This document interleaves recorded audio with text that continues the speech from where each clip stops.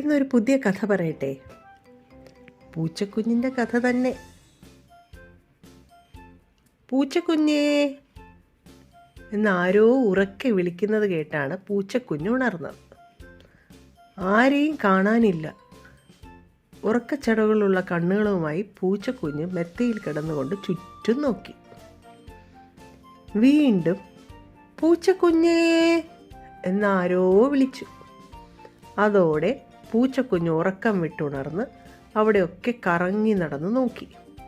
ആരാണ് എന്നെ പൂച്ചക്കുഞ്ഞേ എന്ന് വിളിച്ചത്? ആരെയും വീട്ടിൽ കാണാനുമില്ല. ഇനി പട്ടിക്കുട്ടിയാണോ? അല്ല, പട്ടിക്കുട്ടി മനുഷ്യരെ പോലെ സംസാരിക്കില്ലല്ലോ. മാത്രവുമല്ല, പട്ടിക്കുട്ടി നല്ല ഉറക്കവുമാണ്. അവിടെ ജനലിൽ വന്നിരുന്ന നല്ല ഭംഗിയുള്ള ഒരു ചെറിയ കിളിയോട് പൂച്ചക്കുഞ്ഞ് ചോദിച്ചു, അതേ, നീയാണോ എന്നെ പൂച്ചക്കുഞ്ഞ് എന്ന് മനുഷ്യരെ പോലെ വിളിച്ചത്? കിളി മറുപടി ഒന്നും പറയാതെ ചിൽ ചിൽ എന്ന് ചിലച്ചുകൊണ്ട് എങ്ങോട്ടോ പറന്നുപോയി. വീണ്ടും അതാ പൂച്ചക്കുഞ്ഞേ എന്നാരോ ഉറക്കെ വിളിക്കുന്നു. പൂച്ചക്കുഞ്ഞ് മുകളിലേക്ക് നോക്കി. അച്ചോടാ, അവിടെ കൂട്ടിൽ കിടക്കുന്ന ഒരു തത്തയാണ് പൂച്ചക്കുഞ്ഞിനെ വിളിച്ചത്. ഒരു വലിയ കൂട്ടിൽ കിടക്കുന്ന പച്ച നിറമുള്ള തത്ത. അതുവരെ അതിനെ അവിടെ എങ്ങും പൂച്ചക്കുഞ്ഞ് കണ്ടിട്ടേയില്ല. നീയാണോ എന്നെ ഇപ്പോൾ മനുഷ്യരെ പോലെ പൂച്ചക്കുഞ്ഞേ എന്ന് വിളിച്ചത്? പൂച്ചക്കുഞ്ഞ് ചോദിച്ചു. അതെ, ഞാൻ തന്നെയാണ് അങ്ങനെ വിളിച്ചത്. അയ്യോ, എങ്ങനെയാണ് വിളിക്കാൻ സാധിച്ചത്? നീ ഒരു കിളിയല്ലേ? ഞാൻ സാധാരണ കിളിയൊന്നുമല്ല. എനിക്ക് കിളികളെ പോലെയും മനുഷ്യരെ പോലെയും സംസാരിക്കാൻ പറ്റുമല്ലോ. ഞാൻ തത്തയാണ്. ആണോ? പൂച്ചക്കുഞ്ഞിന് അത്ഭുതമായി. നീ കള്ളം പറയല്ലേ?